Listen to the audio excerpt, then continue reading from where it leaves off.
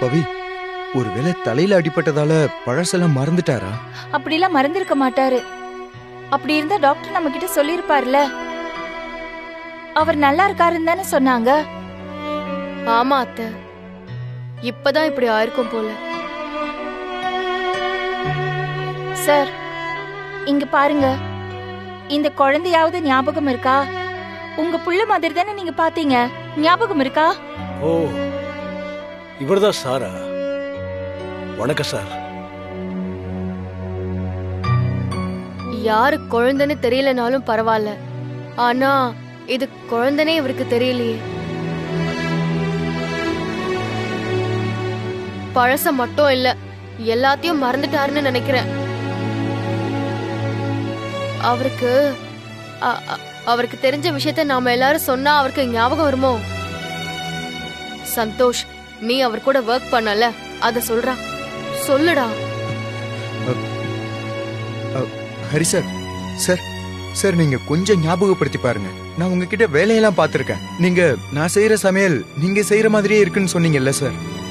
நான் ஒரு நாள் பன்னீர் பட்டர் மசாலா செஞ்சேன். நீங்க ரொம்ப என்ன பாராட்டுனீங்கல்ல சார். அதுவாது ஞாபகம் இருக்கா சார்?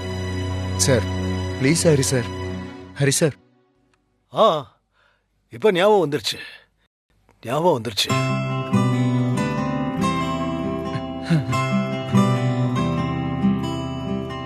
பன்னீர் பட்டர் மசாலா. ஆமா சார். சப்பாத்தியும் பன்னீர் பட்டர் மசாலாவும் சூப்பர் காம்பினேஷன். செம்ம டேஸ்டா இருக்கும், எனக்கு பிடிக்கும். ஆனா இதெல்லாம் எனக்கு குக் பண்ண தெரியாது. அவர் நம்ம எல்லாரையும் மறந்துட்டாரு. அவருக்கு ஞாபகம் இருக்கிறதே வெறும் சாப்பிடுறது மட்டும்தான் போல. சார், சார் நான் லக்ஷ்மி. நான் லக்ஷ்மி. ஞாபகம் இருக்கா? இது ஞாபகம் இருக்கா? இந்த மஞ்ச கயிறு நீங்க தானே சார் என்னோட கழுத்துல கட்டினீங்க. ஒரு பையனோட கல்யாணத்துக்கு என்ன வர சொன்னீங்களே, அப்பா அம்மாவா நடிக்கிறதுக்கு. ஞாபகம் இருக்கா? அப்போ இந்த தாலிய என்னோட கழுத்துல நீங்க கட்டினீங்களே, ஞாபகம் இருக்கா? இந்த தாலிய கூட மறந்துட்டீங்களா?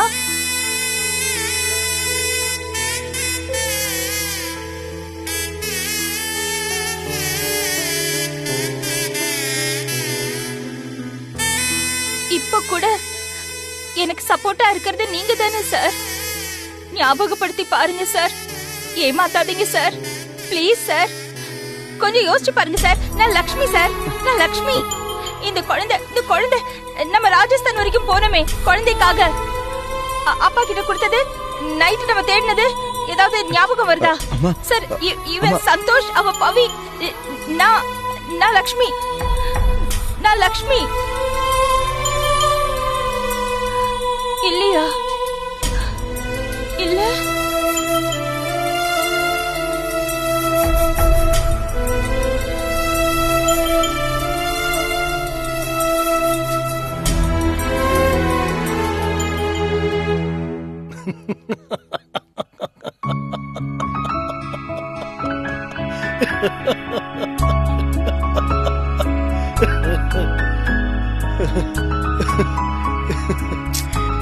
Sorry madam, sorry. எனக்கு ஒண்ணும் இல்ல, சும்மா டிராமா பண்ணேன். Just a prank.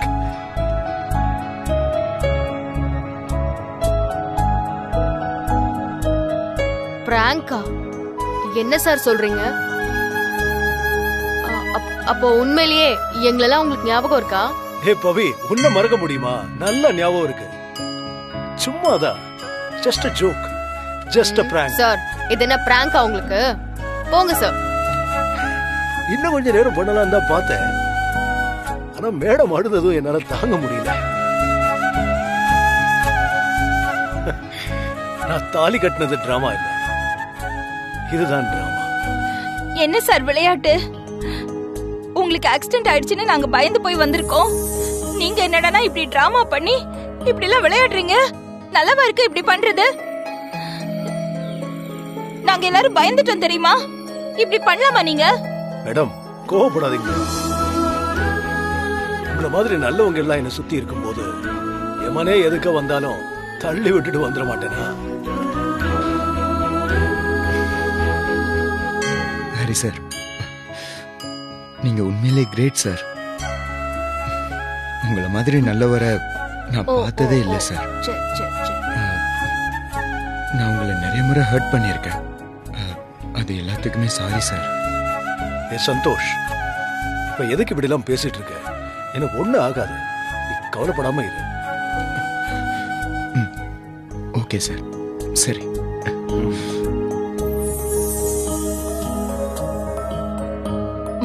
ஓ ஓ ஓ.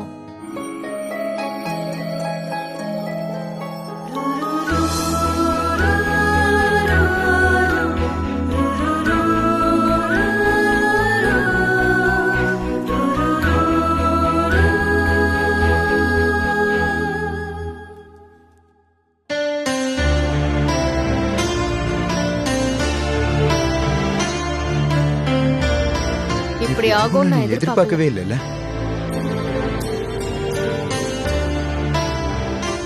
என்ன ஒரே மாதிரி பேசுறோம்? எதுக்கு இத பத்தி பேசுறோம்? என்ன சொல்றதுடா, ஹரி சாரும் அத்தையும் நல்ல நண்பர்களா இருப்பாங்கன்னு மட்டும்தான் இது வரைக்கும் நான் நினைச்சிட்டு இருந்தேன். ஆனா அவங்களுக்குள்ளயும் அதையும் தாண்டி இப்படியெல்லாம் ஒரு உறவு இருக்குன்னு எனக்கு இப்பதான்டா தெரியுது. ரொம்ப ஆச்சரியமா இருக்குடா. நம்ம எல்லாருக்குமே இங்க ரெண்டு முகம் இருக்கு. பொது இடத்துல எல்லாரும் பார்க்கும்போது ஒரு முகம், அசாதாரணமான ஒரு சூழ்நிலையில நம்மளோட உண்மையான ஒரு முகம் வெளிப்படும். இது நாள் வரைக்கும் ஹரி சார் அன்னைக்கு குடிச்சிட்டு பேசுற வரைக்கும் அவருக்குள்ள இப்படி ஒரு எண்ணம் இருக்குன்னு என்னைக்குமே வெளிப்படுத்தவே இல்லை. அதே மாதிரிதான் அத்தையும். அவருக்கு ஆக்சிடென்ட் ஆகுற வரைக்கும் அவங்க மனசுல இப்படி ஒரு எண்ணம் இருக்குன்னு நம்ம கிட்ட எங்குமே காட்டிக்கவே இல்லை. Everyone needs the right time to express. ஆமா, நீ என்ன சொல்ல வந்த? நான் அம்மாவை சரியாவே புரிஞ்சுக்கல பவி. சும்மா வார்த்தைக்கு வார்த்தை அம்மா அம்மான்னு சொல்லிக்கிட்டு இருந்தா மட்டும் போதுமா? அவங்க மனசுல இப்படி ஒரு எண்ணம் இருக்குன்னு தெரிஞ்சுக்கிட்டு அவங்களுக்கு சாதகமா நான் ஒண்ணுமே பண்ணலையே பவி. பவி, அம்மா என் மேல அன்பா இருக்காங்க, எனக்காக எல்லாமே செய்யறாங்க. ஒரு வகையில அது நியாயமா தான் இருக்கும். என்ன நான் உங்க புள்ள.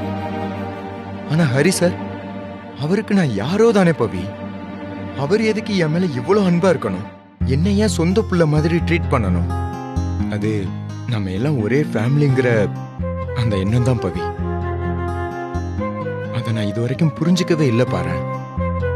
இங்க நாமெல்லாம் விமர்சனத்தை பார்த்து பயந்து வாழாமலே போயிடுறோம்ல. என் பவி, மகனாவே இருந்தாலும் அம்மாவை எல்லா பசங்களும் ஒரு ஆதிக்க மனோபாவத்துல தான் பாக்குறாங்க. அவங்களுக்கும் ஒரு மனசு இருக்கு, அவங்களுக்கும் ஆசை, கனவு, லட்சியம் எல்லாமே இருக்கு. ஆனாலும் நான் உட்பட எந்த மகனும் இங்க நினைக்கிறதே இல்ல. சந்தோஷ், நீ இப்படி அவங்களோட உணர்வுகள் எல்லாத்தையும் புரிஞ்சு பேசுறதெல்லாம் எனக்கு ரொம்ப சந்தோஷமா இருக்கு சந்தோஷ். என்னதான் புள்ளையா இருந்தாலும் அவங்களோட பர்சனல் ஸ்பேஸ்ல நம்ம தலையிடக்கூடாதுன்னு நினைக்கிறல,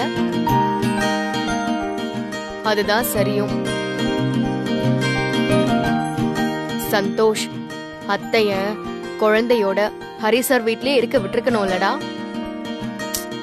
நம்ம தான் தேவையே இல்லாம நம்ம வீட்டுக்கு கூட்டிட்டு வந்து பிரிச்சிட்டோம். ஆமா பவி, நீ சொல்றது சரி. நமக்காக தான் அவங்க அவ்வளவு சந்தோஷத்தை விட்டு கொடுத்திருக்காங்க. அவங்களுக்கு ஏதாவது ஒண்ணு பண்ணணும் பவி. சந்தோஷ், நான் ஒன்னு சொல்லுவேன், அத நீ எப்படி எடுத்துப்பன்னுதான் தெரியல. நான் இப்படி இருக்கும்போது அத்தை என் கூடயே நம்ம வீட்லயே இருக்கிறத தான் நான் விரும்பினேன். அத்தை கூட அததான் விரும்புறாங்க. அதனால ஹரி சார இங்க நம்ம வீட்ல வந்து இருக்க சொன்னா எப்படி இருக்கும்?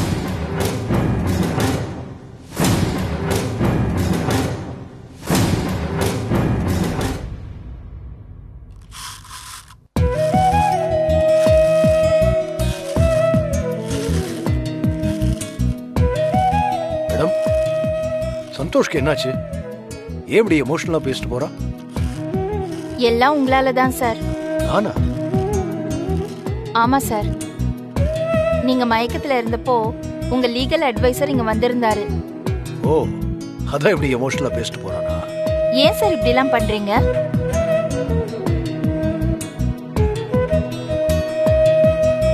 இந்தாங்க. Thanks madam.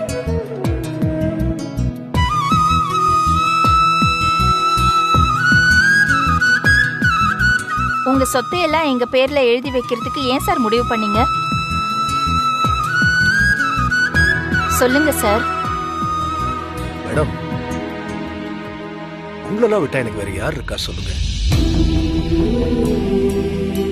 நீங்க, சந்தோஷ், பவி, நீங்க தான் என் குடும்பம். நீங்களா எப்படி நினைக்கிறீங்களோ எனக்கு தெரியாது. ஆனா நான் அப்படிதான் நினைக்கிறேன். நம்மளாம் ஒன்னா ஒரே வீட்டுல இல்லை, அவ்வளவுதான் விஷயம். மேடம், அப்பாவுக்கு அப்புறம் புள்ள தானே, என் புள்ள சந்தோஷ் தானே. அதான் என் சொத்தை எல்லாம் உனக்கு எழுதி வச்சிட்டேன். அதுக்கு இல்ல சார், எந்த எதிர்பார்ப்பும் இல்லாம தான் நாங்க பழகுறோம். இப்ப திடீர்னு சொத்து உயில்னு வந்தா அப்போ இந்த உறவை அசிங்கப்படுத்துற மாதிரி ஆயிடும்ல. சிச்சி, அப்படிலாம் ஒண்ணு இல்லை மேடம். இது என்னுடைய சுயநலம் தான் மேடம். நான் செஞ்சதெல்லாம் ஒரு பாதுகாப்புக்காக தான். ஆமா மேடம், இப்ப பாருங்களேன், நான் அடிபட்டு ஹாஸ்பிட்டல்ல இருக்கேன். நீங்க, சந்தோஷ், பவி எல்லாம் என்ன பார்க்க ஓடி வரீங்க. எனக்கு ஏதாவது ஒண்ணுன்னா நீங்களா துடிச்சு போயிடுறீங்க. இதெல்லாம் முழுக்க முழுக்க அன்பால செய்யற உதவிதான். இன்னைக்கு என்ன வந்து பார்க்காத சொந்தம்லாம் நான் செத்த பிறகு எல்லாம் ஒண்ணு சேருவாங்க. பணம் தான் மேடம், பணம். எல்லாமே பணம் தான் மேடம். பெத்த பிள்ளைங்களே அப்படிதான் இருக்காங்க. ஆனா நான் அப்படி இல்லை. I am very lucky. எனக்கு ஒரு அற்புதமான குடும்பம் கிடைச்சிருக்கு. இந்த குடும்பம் அன்பை மட்டும்தான் அள்ளி அள்ளி கொட்டுது. அவங்களுக்கு என் சொத்து சேர்றதுல என்ன மேடம் தப்பு இருக்கு? அதான் நான் வாழும் போதே உறுதி செஞ்சுக்கணும்ல. நீங்களும் இது நாள் வரைக்கும் எந்த சந்தோஷமும் இல்லாம குடும்பத்துக்கு சம்பாதிக்கணும்னு ஓடிக்கிட்டே இருக்கீங்க. மீதி இருக்கிற வாழ்க்கையாவது நீங்க நிம்மதியா அனுபவிக்கணும்னு தோணுச்சு. அதான் மேடம் உங்க பேர்லயும் உயிர் எழுதி வச்சிருக்கேன். நீங்க எங்க கூட இருக்கிறது தான் சார் எங்களுக்கு மிகப்பெரிய சொத்து. உங்களுக்கு ஒண்ணுமே ஆகாது சார். எனக்கும் தெரியும் மேடம். நீங்க பண்ண பிரார்த்தனை, உங்க அன்பு தான் சாவு வரைக்கும் போன என்ன காப்பாத்தி கொண்டு வந்திருக்கு. அதுக்கு காலத்துக்கும் நான் உங்களுக்கு நன்றி சொல்லணும்.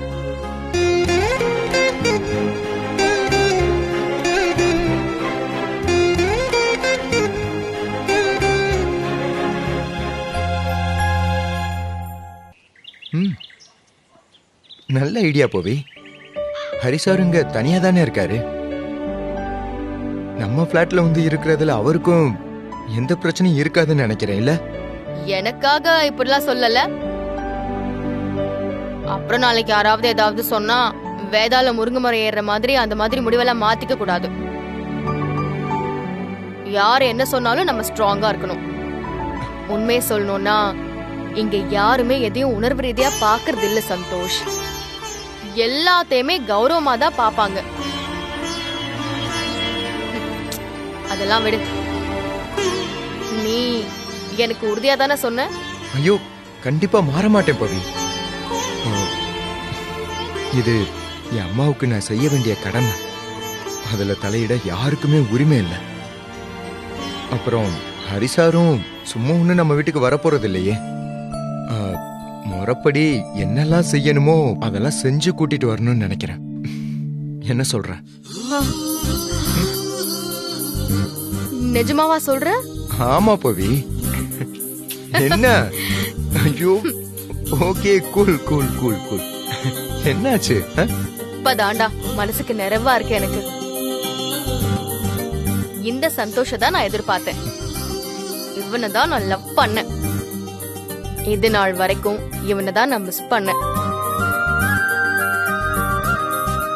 சந்தோஷ், நாம நினைக்கிறது மட்டும் சரியா நடந்துட்டா இனிமே நம்ம குடும்பத்துல எல்லாமே ஹாப்பியா இருக்கும்ல. ஆமா ஆமா, உண்மைதான் பவி. ஆனா இது எல்லாமே நல்லபடியா நடந்து நம்ம எல்லாரும் ஒன்னா ஒரே குடும்பமா இருக்கணும்னா அம்மா எனக்காக ஒரே ஒரு விஷயம் மட்டும் பண்ணணும் பவி. ஆரம்பத்துல இருந்து அம்மா மேலயோ ஹரிசார் மேலயோ எனக்கு எந்த கோவமும் கிடையாது, உனக்கே தெரியும்ல. இன்ஃபேக்ட் அம்மா வளர்க்குற அந்த குழந்தை மேல கூட எனக்கு எந்த கோவமும் இல்ல. என் கோவம்லாம் அந்த ஆதிரா மேலதான். அவ இப்போ இல்ல, இருந்தாலும் அவ மூலமா வந்த குழந்தை நம்ம கூட இருக்கிறது எனக்கு பிடிக்கல பவி. அது நம்மளோட சந்தோஷத்துக்கு இடைஞ்சலா இருக்குன்னு நான் நம்புறேன் பவி. ப்ளீஸ், நம்ம நினைக்கிறது எல்லாமே நல்லபடியா முடிஞ்சதுக்கு அப்புறம் அந்த குழந்தைய நம்ம ஹோம்ல சேர்த்து விட்டுறலாம். சந்தோஷ், முதல்ல இந்த விஷயத்த நம்ம நல்லபடியா முடிச்சிடலாம். அதுக்கப்புறம் மத்ததெல்லாம் அப்புறம் பாத்துக்கலாம். ஓகேவா? அப்படிங்கிறியா? சரி, ஓகே. அப்போ ஓகே.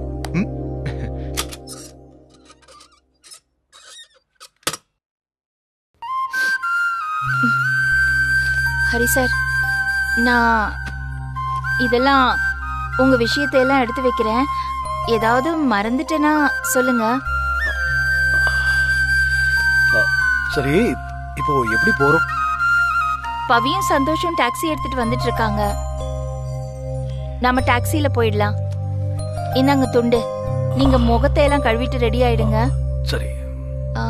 அப்புறம் மருந்து ஏதோ வாங்கணுமா? நான் போய் வாங்கிட்டு வந்துடுறேன். சரி, நீங்க அதுக்குள்ள ரெடி ஆயிடுங்க.